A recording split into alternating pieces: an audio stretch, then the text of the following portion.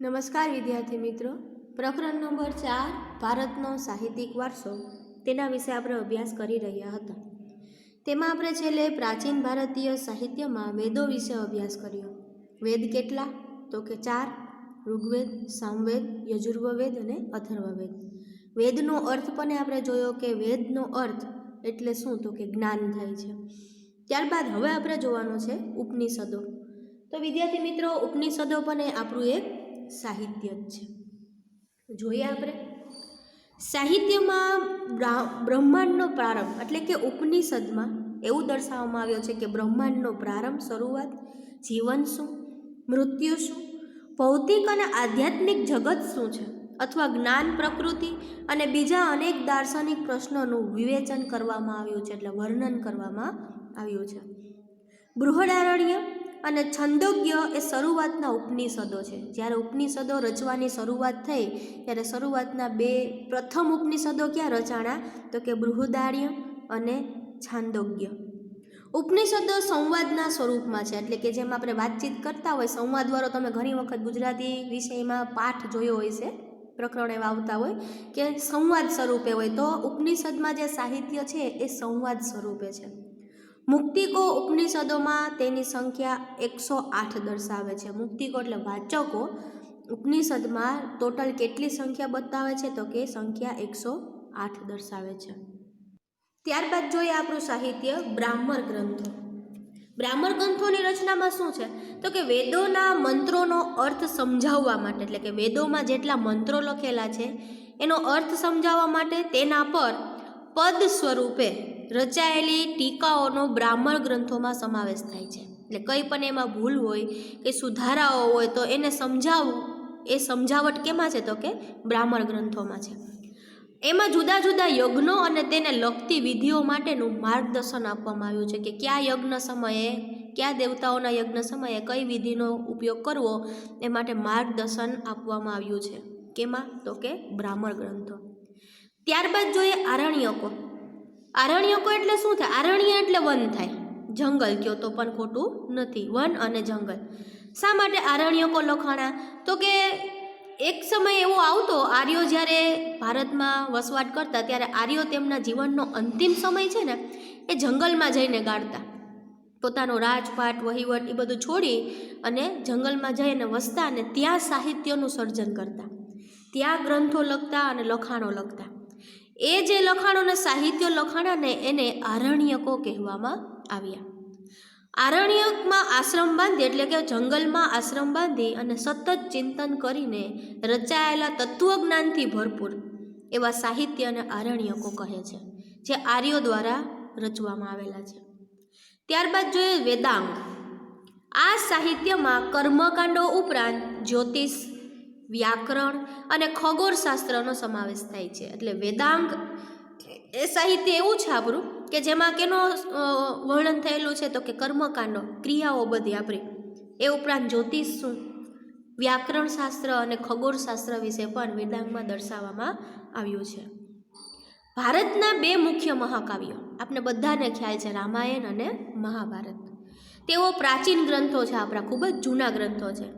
આ મહાકાવ્યોનું વર્તમાન સ્વરૂપ તો ઈસવીસનની 2જી સદીમાં મળ્યું. એટલે સાચું સ્વરૂપ આપણે ક્યારે જોવા મળ્યું સમજવા જેવું? તો કે ઈસવીસનની 3જી સદીમાં.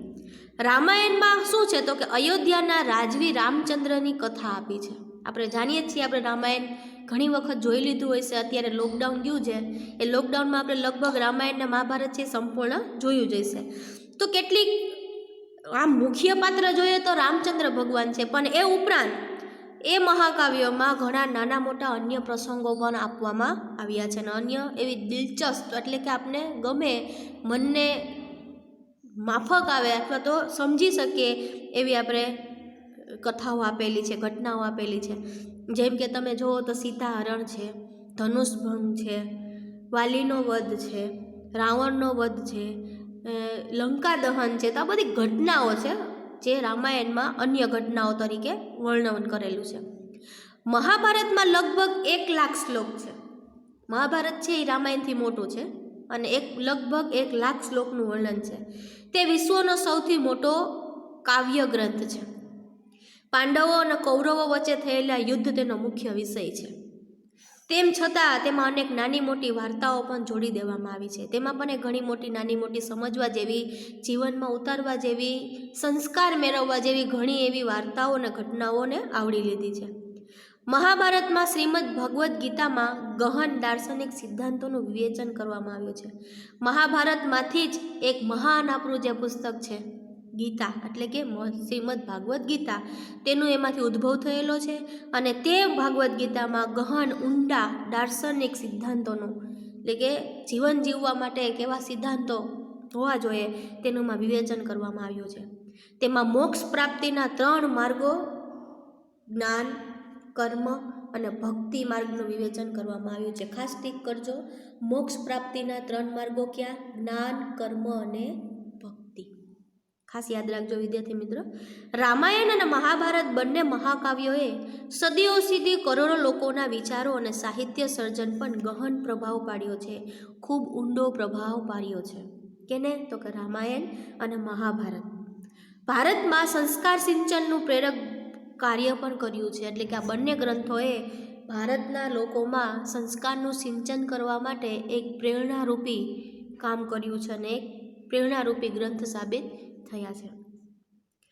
આ યુગમાં સંસ્કૃત ભાષામાં પુષ્કળ સાહિત્ય રચાયું, જેમાં ધાર્મિક અને લૌકિક એવી બંને પ્રકારની રચનાઓનો સમાવેશ થાય છે.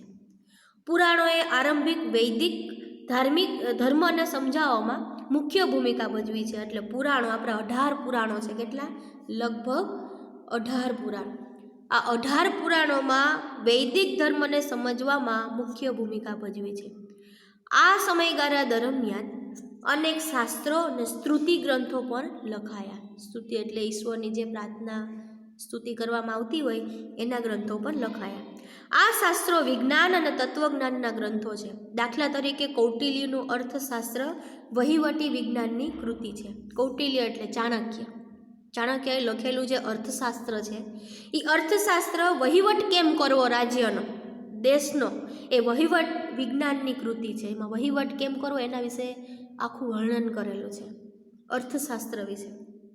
વિવિધ કક્ષાના ગણિત અને અન્ય વિજ્ઞાન સંબંધિત શાસ્ત્ર ગ્રંથો પણ લખાયા. સ્મૃતિ ગ્રંથોમાં ધર્મ દ્વારા અનુમોદિત કર્તવ્યો શું છે, આપણા રિવાજો અને નિયમો આપવામાં આવ્યા છે. સ્મૃતિ ગ્રંથોમાં મને આપને લગતા નાગરિકોને અથવા તો પ્રજાને જીવનમાં ઉપયોગી એવા અનુમોદિત કર્તવ્યો, રિવાજો અને નિયમો આપવામાં આવ્યા છે. પ્રિય વિદ્યાર્થી મિત્રો, આગળ જોઈએ આપણે પ્રારંભિક બૌદ્ધ સાહિત્ય. એ સમયે બૌદ્ધ સાહિત્ય પણ એ ખૂબ મોટા પ્રમાણમાં પ્રચલિત હતું અને એની પણ શરૂઆત થઈ ગઈ હતી રચના કરવાની. એટલે પ્રારંભિક બૌદ્ધ સાહિત્ય પાલી ભાષામાં લખાયું. એટલે શરૂઆતનું બૌદ્ધ સાહિત્ય છે એ કઈ ભાષામાં લખાણું? તો કે પાલી ભાષામાં. આપણે જ્યારે પ્રકરણની શરૂઆત થઈ ત્યારે જ કીધું કે જુદી જુદી ભાષામાં લખાણો લખવાના અથવા તો સાહિત્ય રચવાની શરૂઆત થઈ. તો બૌદ્ધ સાહિત્ય પણ રચાણું, પણ શરૂઆતમાં કઈ ભાષામાં? તો કે પાલી ભાષામાં. આ સાહિત્ય 3 ભાગોમાં વહેંચાયેલું છે. એટલે એને ત્રિપિટક શું કહેવામાં આવે છે?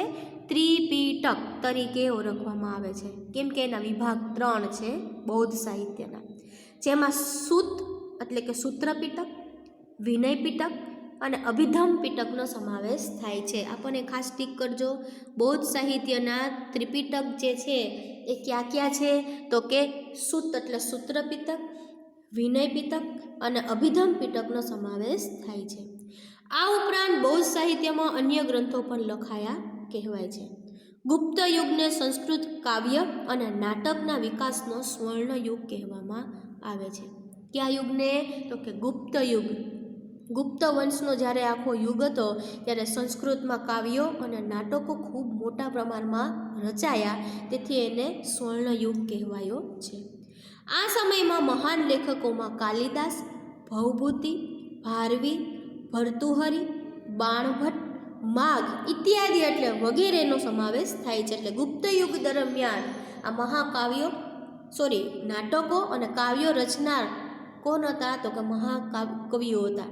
જેમાં પહેલું નામ છે કાલિદાસ, એ ઉપરાંત ભવભૂતિ, ભારવી, ભર્તુહરી, બાણભટ્ટ, માઘ આ ઇત્યાદિ એટલે કે વગેરે જેવા મહાન જે કવિઓ છે એ સમયના થઈ ગયા. આ તમામ ભારતભરમાં વિખ્યાત છે, એટલે કે બધા જ જે કવિઓ છે, જે મહાકવિઓ આપણે નામ લીધા એ આખા ભારતમાં પ્રસિદ્ધ છે. જેમાં કાલિદાસ તો વિશ્વ પ્રસિદ્ધ છે. ભારત સિવાય કાલિદાસનું તો વિશ્વ લેવલે નામ લેવામાં આવે છે. પોતાની ઉત્તમ કાવ્ય કલા અને ઉત્કૃષ્ટ એટલે નાટકની જે શૈલી છે, ઉત્કૃષ્ટ નાટ્ય શૈલી કુમાર સંભવ, રઘુવંશ, મેઘદૂત, ઋતુસંહાર, અભિજ્ઞાન શાકુંતલમ વગેરે કાલિદાસના ગ્રંથો છે. તો વિદ્યાર્થી મિત્રો, કાલિદાસ છે એ મહાકવિ તો હતા જ, સાથે સાથે મહાનાટ્યકાર પણ બન્યા હતા, એટલે કે નાટકોની પણ એને રચના કરેલી છે, જેના નાટકો છે એ વિશ્વ વિદ્યાલયોમાં અને વિશ્વ લેવલે પ્રખ્યાત છે. કયા કયા નાટકો છે કાલિદાસના? પહેલાં તો કુમાર સંભવ, રઘુવંશ, મેઘદૂત, ઋતુસંહાર, અભિજ્ઞાન શાકુંતલમ આ વગેરે એના મહાન નાટકો છે. કેના? તો કે કાલિદાસના. અને આના ઉપર ઘણા એવા અન્ય લેખો પણ લખાણા અને ઘણો અભ્યાસ પણ થયેલો છે. આગળ હજી અભ્યાસ કરવાનો આપણે બાકી છે આ મુદ્દામાં, પરંતુ આપણે આવતા વિડીયોમાં કરવાનો થશે.